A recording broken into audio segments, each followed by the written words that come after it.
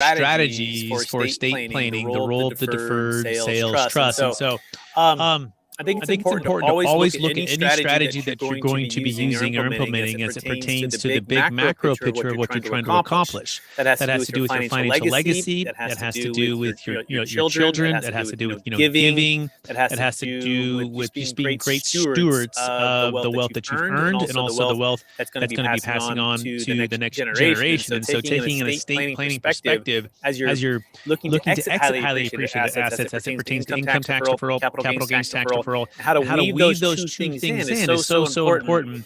In other words, it's not a one size fits all. It's sort of like putting together a puzzle piece or a masterpiece that has to do with your wealth and your legacy.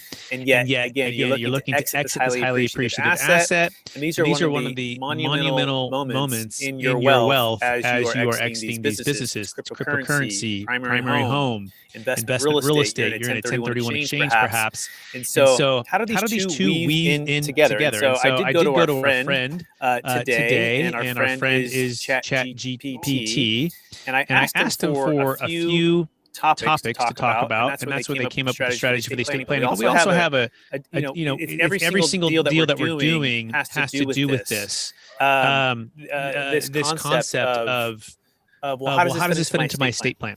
And how can the deferred sales trust pass to my children? Right? Do I get a stepped up basis? What happens to the excess earnings in the trust? And overall, how does this whole thing work as it pertains to long-term, after I pass away, or just having my family as a part of this? Because I think estate planning is not just your wealth and how you want to pass it. It's also bringing in those that you want to be a part of that, and that could be your kids. And so I think the first concept to understand is the deferred sales trust itself is a part of the bigger picture. Okay, and so what is the bigger picture? Well, first of all, you probably have a living trust. If you don't, you'll probably be getting a living trust. Work with an estate planning attorney that's local to you to do that. And that big living trust is going to help you to pass assets via not having to go through probate. So you have a primary home, you have an investment real estate property, you have a business, and essentially it's stating that the courts won't decide how and when the funds, where the equity or the assets go to. You can decide children or heirs or charity or whatever that might be. So that's your big living trust that's going to determine that. The deferred sales trust is outside over here. Let's just say this is the big living trust. And what you have is a promissory note. It's owed back to you. And that's the asset you hold. It says I'm owed this amount of money because it close of escrow on my business, on my primary home, or commercial real estate. Instead of receiving all of the capital upfront and paying the tax, I deferred it by receiving this promissory note and having it invested into this third-party trust with a third-party trustee. That's our company, Capital Gains Tax Solutions. And that's the asset that's owed, the money's owed back to you. And so this promissory note can go inside of this living trust, and then your children can step into your shoes. What does that mean? Well, that means they can step into your shoes as it pertains to how you were owed back the money. They can take that same position to receive cash flow. They could also have the trust can also be unwound, and they can just pay all the tax. In other words, you can keep the tax deferral going for their lifetime. We're not. They can pass it to their kids. An installment sale, as long as it's commercially reasonable, the way we structure it, it's typically in 10-year terms, can be refinanced. It's kind of like a loan on a house. You might have a 30-year mortgage on your house, but you might refinance it in year 10 for another 30 years or 15 years, or maybe even a shorter period of time. Your children can continue to refinance the note and continue to defer the tax. So that's one big part of it, of the deferred sales trust as it pertains to estate planning. The second big part of it, I want to pass to Jake Carpenter as it pertains to estate tax. So Jake Carpenter, talk to us about the big challenge with estate tax and how the deferred sales trust, from an estate planning perspective, can help eliminate that 40% death tax that people are facing. Yeah, so a unique challenge that we face when an estate is large enough, and there's going to be some sunsetting of how big that estate needs to be before it's subject to federal and state estate taxes. But we're not just dealing with income tax and capital gains tax. When your estate's large enough, you have state estate tax as well as federal estate tax. And so the challenge here is, in many cases, we're trying to reduce the estate size And we normally do this through gifting and different strategies, but that takes time. It takes time to get some of those assets outside of the estate. And so the unique property of the deferred sales trust is the deferred sales trust allows us through I think we refer to it as a DST 2.0, where we can actually remove or drop those assets out of the estate at the closing when it funds into the trust. So this can, in some cases, remove hundreds of thousands and even quite a few millions of dollars out of the estate immediately upon the closing of the sale. So this is a huge, I would call it a foundational tool for us to use to potentially reduce the size of the estate. Perfect. And eliminate the tax. Well said, Jake. Now, Jake Miller, I'm bringing you in here, so let's do like a live deal. So,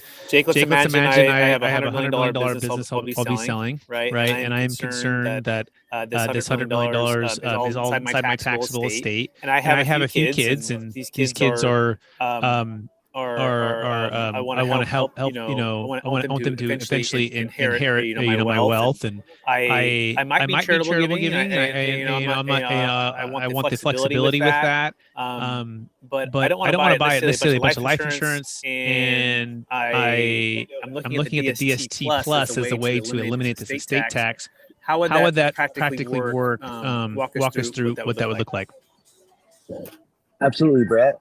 And as we all know, in estate planning, there's a lot of moving parts and a lot of moving pieces, even more so when you get above $10 million, even more so when you get as high as $100 million. Every million of the 100 million still counts. And so we need to be prudent when it comes to taxes, and we need to be prudent when it comes to how we structure our estate.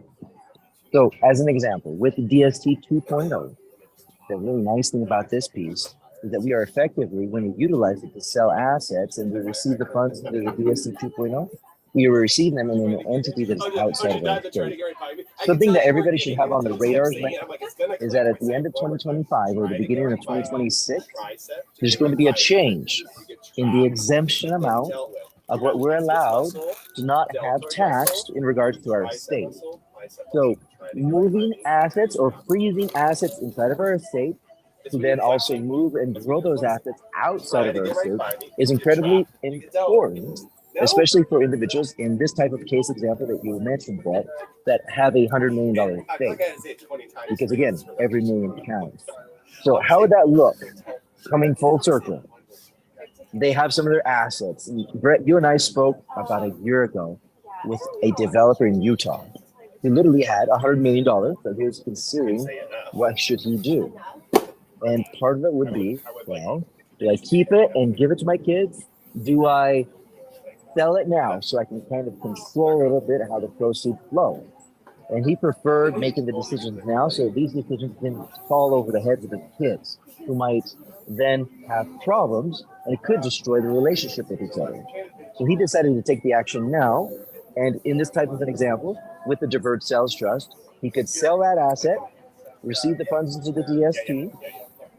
The promissory note, as you mentioned, Brett, is what stays frozen in their estate.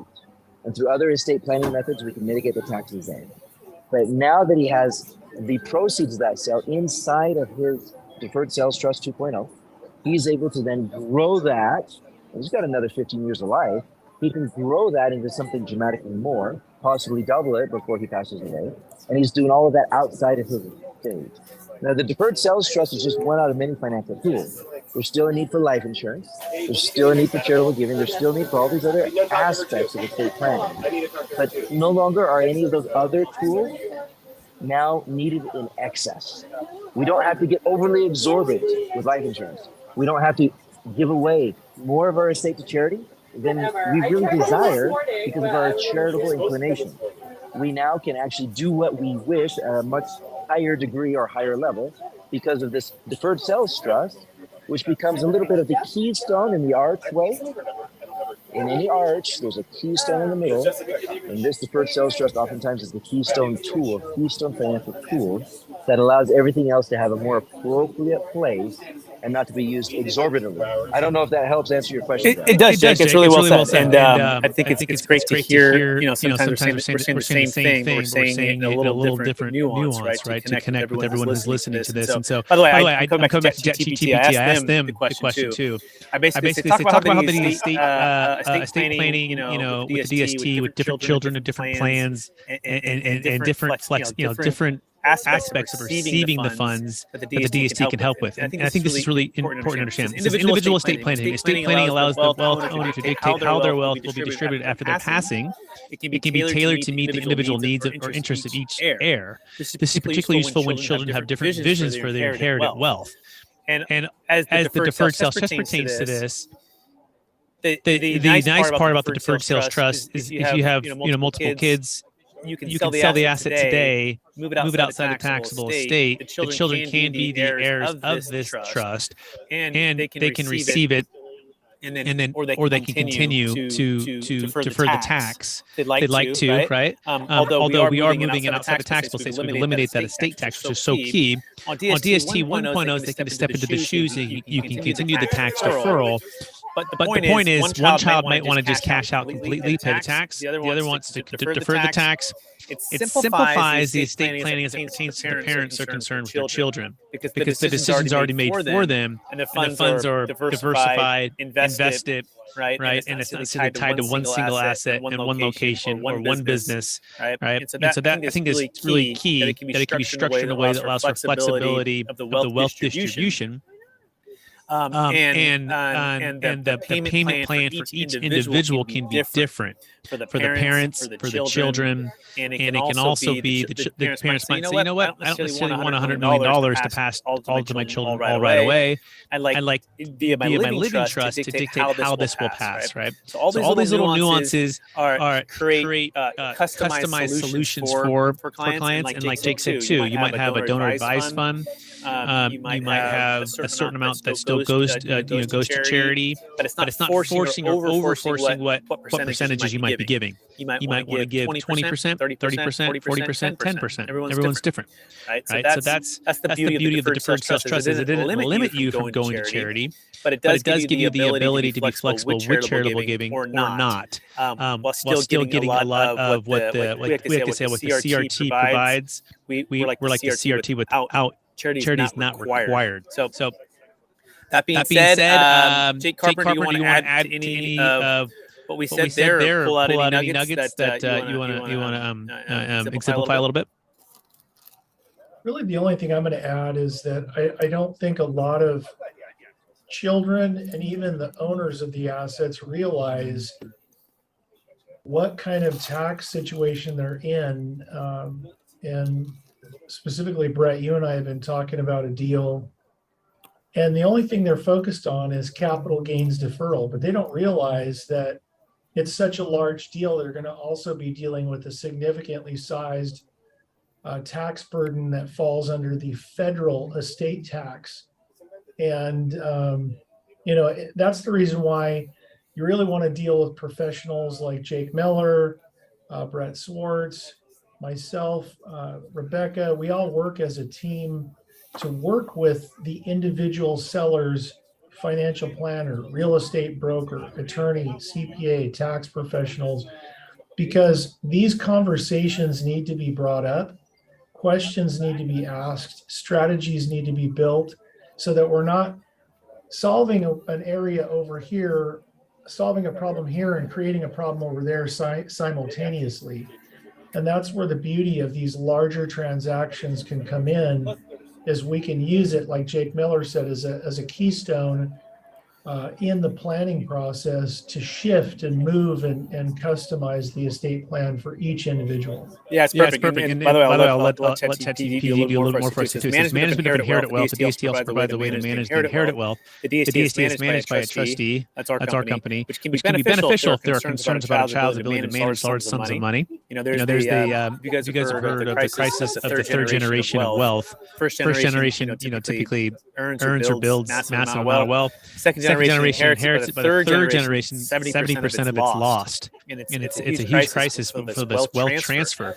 And so as a part of this, having trusted advisors, having trusted trustees, having trusted, team in place can be very beneficial for especially large sums of money for children who may or may not be as responsible of age or whatever it might be. This ensures that the wealth is professionally managed and used in a way that aligns with the beneficiary's best interest and or the parent's best interest, right? Also, number 5, conflict of resolution through detailed estate planning, the use of the DST's potential disputes among heirs over the division of wealth can be minimized. And that has to do with the story of a client sold a 20-unit apartment complex in Folsom for him.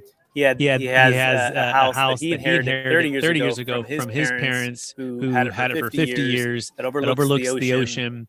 Beautiful. And there's 4 kids, and each of them have their own desires, right? And he doesn't want to get in the middle of it. He just wants to be retired and done with it because he's owned it for 30 plus years. But he feels trapped by the capital gains tax. But more so he feels pressured by this estate plan, right? Whereas the estate plan, the owner can ensure each child's inheritance is customized to each of the individual needs and desires of the children. But because he sells it now, he basically creates like a peace resolution now. It takes the decision out from the children who might be arguing or being in a dispute post-close. And so this is so key. By the way, all of this, you want to make sure you're working with estate planning attorneys, financial advisors like Jake Carpenter, Jake Miller, right? Tax professionals, the DST tax attorneys that are business partners we work with, as well as your own estate planning attorney, right? CPA, because it's not just a one size fits all. Each individual circumstance varies, and you want to make sure that you have a team of professionals to help you execute on this estate planning team. That being said, I'll open up for questions or thoughts. We'll start with Rebecca. Rebecca, you've absorbed all of that. Any thoughts or questions or comments on any of that? So I was actually just thinking of an example, speaking to a friend who's dealing with some trust issues, grandfather down to her children and that kind of thing. And so they own a business, and if basically you need to sell that business in order to trigger the DST in this case, to make it work for the peace in resolution in the inheritance, right? I guess. Yep. That's what I'm thinking. Yeah. So if the kids are working in the business, then it may not make sense to sell the business. Right. Yep. Yeah, exactly. Yeah. There's all these little nuances, right? We have one deal we're working on where they want to bring in one of the children to do another deal with them. And so they say, well, can we joint venture LLC with the child as the managing member of the LLC in partnership with, mom or dad on this next business venture or real estate investment? And the answer is yes, right? Okay. So there's ways to create opportunities for wealth building, and that is very tax efficient, and helps to, because I think a lot of our clients, they're retiring as maybe they're baby boomers, right? But at the same time, they want to be in the game, but they might not want to be in the game 100%. And they actually want to teach and train and groom their children to build wealth. And so as a part of doing that, that's the funding sources, the trust for that joint venture partnership with a child or children, right? For a business, for real estate, and they're still a part of it. And that's the neat part, because there's an extra 25 to 50%, maybe as high as 60% more in this trust that can fund that opportunity, which creates more freedom for that. So is that what your any thoughts on that, Rebecca? Or? Yeah, no, I think that definitely hits the points and the ways to make it work for different situations. Another question. Can you, let's say, have a nonprofit set up and you sell a business to that nonprofit, even though the DST will be the note holder of your profits? Can you do that? So it all depends, right? So on that nonprofit, are you? What's the main purpose for the nonprofit? What would you say that the client wants to achieve there? Providing a social service that, so more of like a charity type thing. So a nonprofit existence, but ensuring that moves forward, I guess, transferring the actual real estate and having that real estate then have the nonprofit be the owner of that piece of real estate. Yeah, so I think you might choose one or the other, right? Okay. So you might even figure out a way to transfer that real estate to a nonprofit prior to the close of escrow on that, so that it just goes directly to the nonprofit. In that sense, you don't necessarily need the DST. Okay. And or you would just sell into the DST, and then the DST, the interest that it was accruing or earning, could roll into something like a donor advised fund, or perhaps your own fund your nonprofit, and perhaps there's some tax efficiencies there, right? Okay. So I think the key is like, what are they trying to achieve? And like, well, I want to be able to give to causes I believe in, right? Well, why don't you look at a donor advised fund? The trust could be here, and to the extent that it's producing, recurring and paying you out a payment, you could pull that into the donor advised fund, or at the close, maybe do a little bit of both, right? Maybe do 50% DST, 50% donor advised fund, maybe the nonprofit. I haven't seen, I'm not as experienced. Maybe Jake Miller's more experienced with the nonprofit part of things. I've seen donor advised funds, CRTs, DSTs. Jake Miller, any thoughts on that nonprofit question from Rebecca? So Rebecca, there's a lot of items that we have to be careful about here, because a lot of people who, in lack of better words or terms, they form their own nonprofit. There's a lot of legalities around you donating money to your nonprofit and you being a director, you being in control, and things of that nature, because then they're going to really scrutinize whether or not it's a truly charitable cause and this, that, and the other. However, we have actually helped several people form foundations and nonprofits for purposes similar to this, that actually do accomplish, based on the director of the nonprofit or foundation, their goals and are effective deductions. And so, I guess going back to what we talked about earlier on, depending on the amount of money in the deferred sales trust, you may be charitably inclined to give, let's say, 10%. All right. Some people might be motivating you to give 50% because that's how the strategy has to work in like a CRAT or a CRUT or an endowment plan with a university. If, for example, I have two clients that are from Pakistan, and they want to set up a U.S. nonprofit so that they can donate and get a deduction to money that they want to send to hospitals in Pakistan to help these hospitals have the medical equipment they need to serve their communities. And that works. There's a lot of steps I'm missing here in between, so that everything's properly documented and sending money out of the country, and how do you provide proof and evidence of how it's spent, everything else. But at the end of the day, this is one piece out of many different pieces in somebody's estate planning, that when their estate is large enough, it does make sense for them to have a micro profit, a micro foundation, or a full-fledged foundation or nonprofit of their own. I say of their own. Really, nobody owns the nonprofit. There's a director that directs the nonprofit, and the underlying asset end up being spent in such a way that it benefits the community, somebody in need. Does that make sense? Yes, it does. Thank you. Good question. Good thoughts. Yeah, simplifying things, I think, is really a benefit of the deferred sales trust, right? And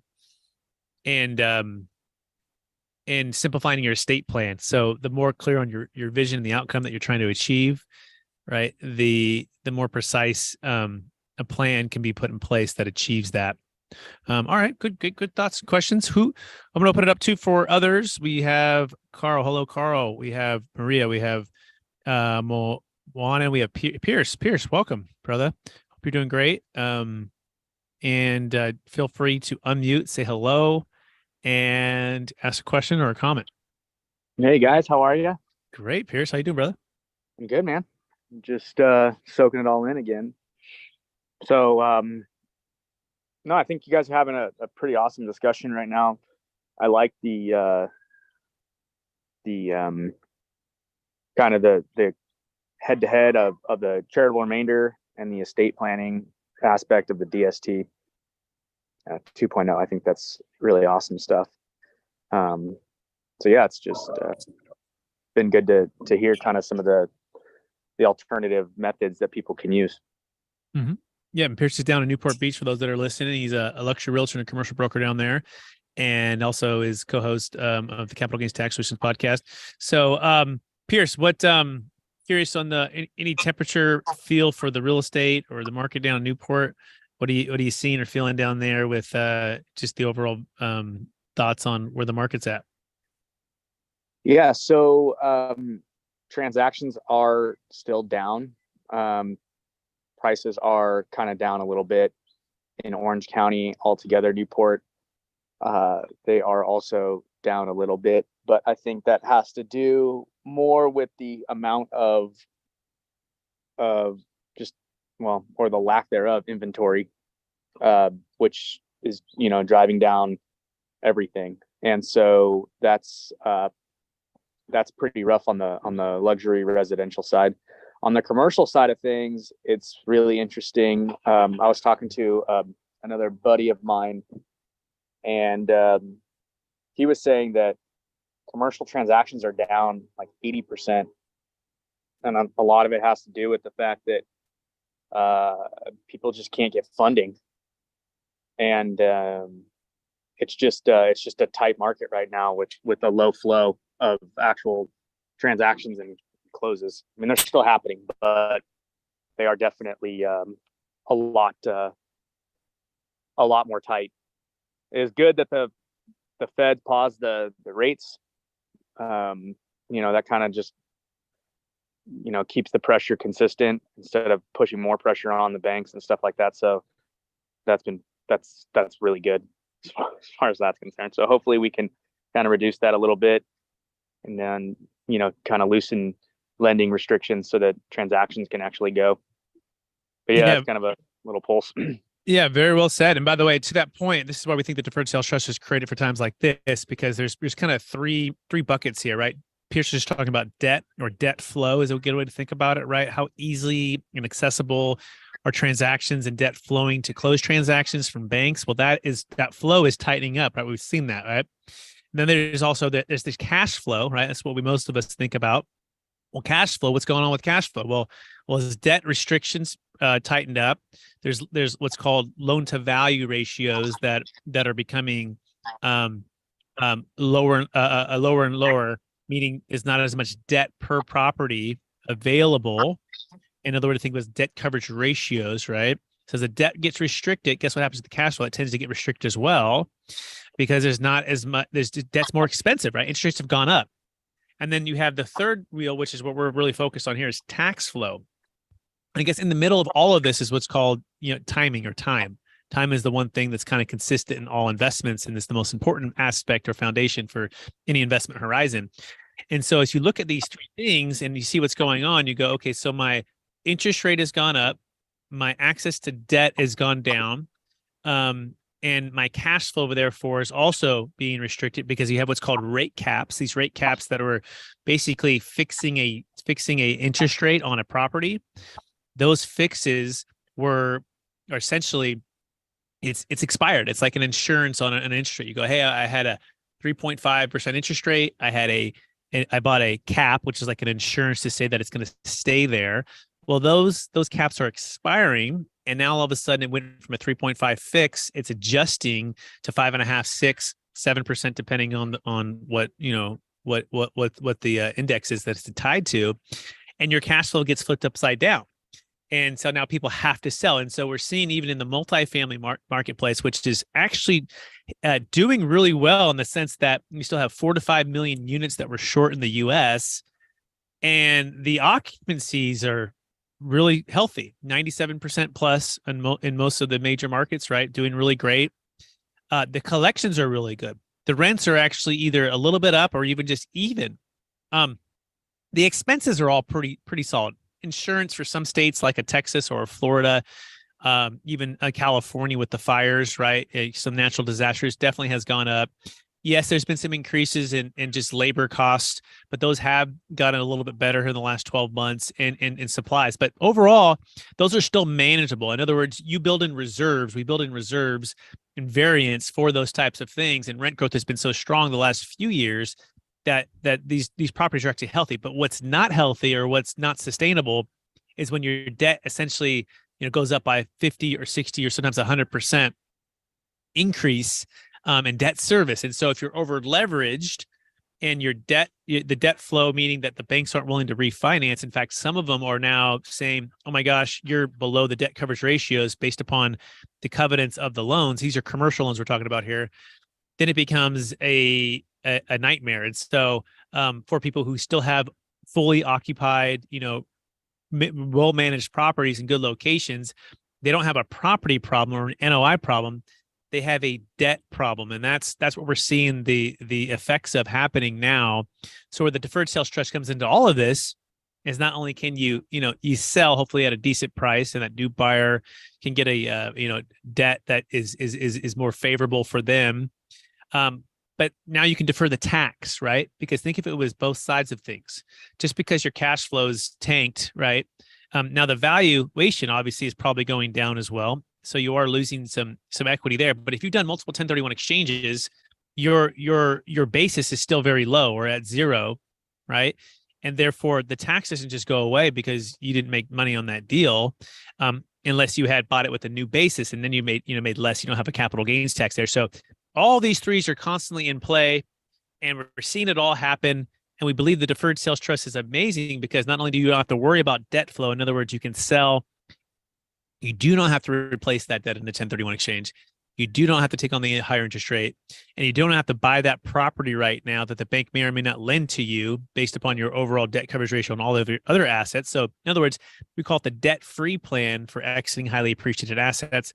So the 1031 exchange is the opposite. It forces you to go into more equal or greater debt, and it forces you to buy something equal or greater value, which leads into the second part, which is cash flow. A lot of these deals and all these sellers aren't necessarily taking the discount yet. In other words, they're holding on, right? And they might try to renegotiate with the banks, but they're holding on to these assets because they don't have a better place to go until they meet the deferred sales trust. They can sell, diversify, pay off debt, and then here's the biggest thing, back to the time piece, bringing this all together. They can make time be their friend, meaning they can wait 6, 12, 18 months. They can invest it in maybe some stocks that are down now. They can invest into T-bills, which are paying 4 to 5%. They can do some lending with multifamily that, we work with groups that are paying about 10%.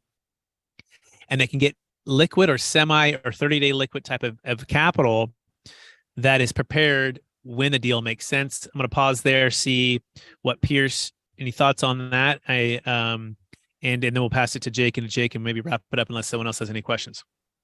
Yeah, and I think that's one of the biggest, best kept secrets, about the DST is that it gives you this ability to kind of sell. One of the problems I think that a lot of people are running into is that the sellers today are still trying to get yesterday's prices when, the debt just makes things not worth it anymore. I mean, the properties aren't penciling. And so sellers have to come back to earth and get off of the high that we just came off of. And it's hard to do. But if you can see, okay, well, I could sell it for, 10% less or whatever than it was, but I can defer 40% of the tax and not have to go 1031 it, right? Now, you're kind of net positive 30% as opposed to going back and buying a property at a 7.5% rate, where you're replacing the debt and replacing the value of the property. You can breathe, you can chill and just wait. And I think that, in the next few, I think a lot of people are kind of waiting for this idea that, the commercial space in 2008 on the commercial space, might come in the next 18 to 24 months. And it might. And if it does, you're going to be well positioned versus the guy who is trying to get today's, or yesterday's prices with a 1031. You're going to sit on the market longer. You're going to, then you got to go hustle to find a property that probably doesn't make a lot of sense. Yeah. And so it's really, so freeing. You said it really well. Yeah. The flexibility of the deferred sales trust to eliminate the 1031 exchange. By the way, it also works for primary homes. So if you have a luxury home in Newport Beach, you have a luxury home in La Jolla, you have a luxury home in New York, and you're selling a primary home, big home, you can use the deferred sales trust. It works for businesses. It works for cryptocurrency. It works for stock, public or private. It works for any highly appreciated asset. Here's the key: it needs to have $1 million net proceeds, $1 million gain. That's the minimum kind of to be to make it make sense. Unless you have two assets at $500,000 each, and then it makes sense for that in a shorter period of time. So that being said, Jake Miller, do you want to add to any of the last few comments and any of the wisdom to share with us? There's a couple of different things that help a lot in these types of scenarios. Whereas Pierce was mentioning, people are trying to sell it with their prices because oftentimes they're also figuring in the tax ramifications of their net that they're going to receive after taxes. It still might be a good time to sell, even though they can't get yesterday's prices with a financial tool such as the deferred sales trust, because what they end up bringing home or what they end up utilizing to reinvest net of attorney fees rather than net of taxes, oftentimes is still greater than their original calculation of after taxes. So the deferred sales trust opens up a whole slew of new opportunities when it comes to timing of when to get out of an asset. It might be a good time because heaven forbid that the market continues to go further down. Even though it's gone down, you can't get yesterday's prices, it still might be a good time to get out, depending on where you live, where you're at, etc. As well as some of our conversation about the charitable remainder trust and the charitable unilateral trust and estate planning and the deferred sales trust 2.0 and some of the things that we're talking about, Brett, remind me of somebody we spoke to a couple months ago selling mortuaries. I don't remember if you recall the conversation. Simply, they had some financial advisors coming to them saying, use all of your assets, lock them all up outside of your estate in a crat, and then of course you can only really at the very most benefit from possibly 30% of the actual sale of the mortuary. Do you recall that conversation where we liberated that way of thinking by allowing them, because they really did want to donate, but they were also concerned that the director of this foundation or the charity is going to change in the next 2 years. They wanted to donate, but they didn't necessarily want to donate 100% of the mortuary. Well, with the deferred sales trust, we were able to show them and open their eyes to how literally this financial tool gives them the power over timing. And for tax purposes, they don't have to get rid of everything. If they still want to donate, they can, but they don't have to donate today. They might sell today, but in 2 or 3 years, when the new director comes into that foundation, they can have the power of choice and timing of whether or not that new director is taking that foundation in the same direction the old director was taking it.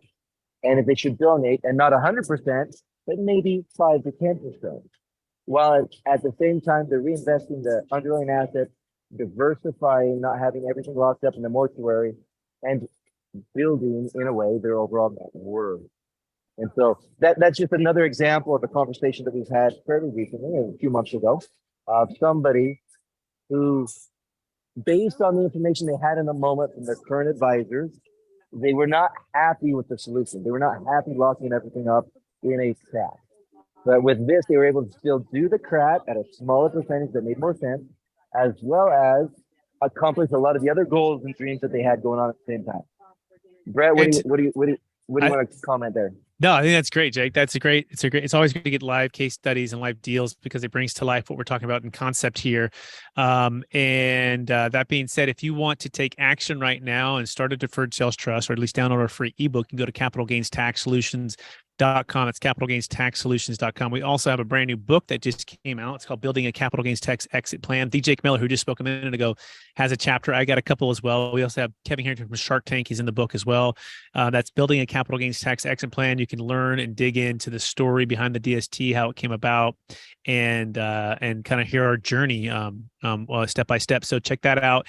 But Jake, if people want to find you, where can they find you, Jake Miller? And we'll do Jake Carpenter next. Absolutely. So we have a website that's very similar to Brett, strategictaxsolutions.com. Again, that's strategictaxsolutions.com. There's a little booking tab. You can hit click and find a time on our calendar, an appointment. Should you have a transaction over $1 million and have capital gains over $1 million, we can definitely talk about your scenario and situation and find out what works best for you. In addition, we also have an 800 number, 1-800-773-1848. Look forward to talking soon. Thanks, Jake. And Jake Carpenter, if people want to find you, where can they find you? All right. You can call our offices at Carpenter Capital at 509-396-5292. Our website is www.carpentercapital.llc, which will be live here shortly. And thanks very much. Absolutely. Thank you, Jake. And Pierce York, if you want to find you, what they can find you. Yeah, you guys can reach out directly on my cell phone, 916-878-0903. I also put it in the chat. You can call or text me. Excellent. Thank you, Pierce York. And Rebecca Munson, if people want to find you, they're going to be selling a house up in Tahoe. They want to defer all this tax and maybe Truckee or anywhere up there. Where can they find you? They can call, text me on my cell, 530-448-9740. Thank you, Rebecca. Appreciate it. Hey, everybody. Thank you so much for attending, listening, watching to this replay. We so appreciate everyone out there. Encourage you to take action with the information you just learned today, and join us too. You want to join us on this mastermind? You can go to capitalgainstaxlist.com as well to find out ways to join. Thank you so much.